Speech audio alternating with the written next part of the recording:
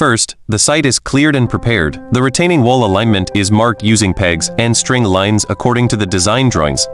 Next, excavation is carried out to the required depth for the retaining wall foundation. Proper depth ensures stability and load-bearing capacity. The foundation base is then compacted to create a firm and stable surface before placing the concrete.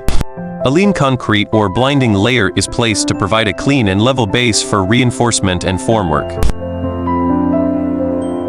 Steel reinforcement bars are installed according to structural drawings. These reinforcements provide strength and help the wall resist soil pressure.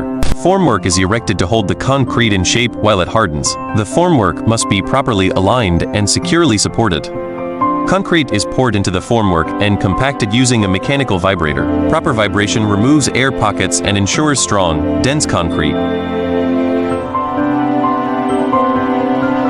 Formwork is removed and the surface of the concrete is then finished and leveled to achieve the required shape and smoothness. After the concrete sets, curing is carried out by keeping the surface moist. Proper curing improves strength and durability.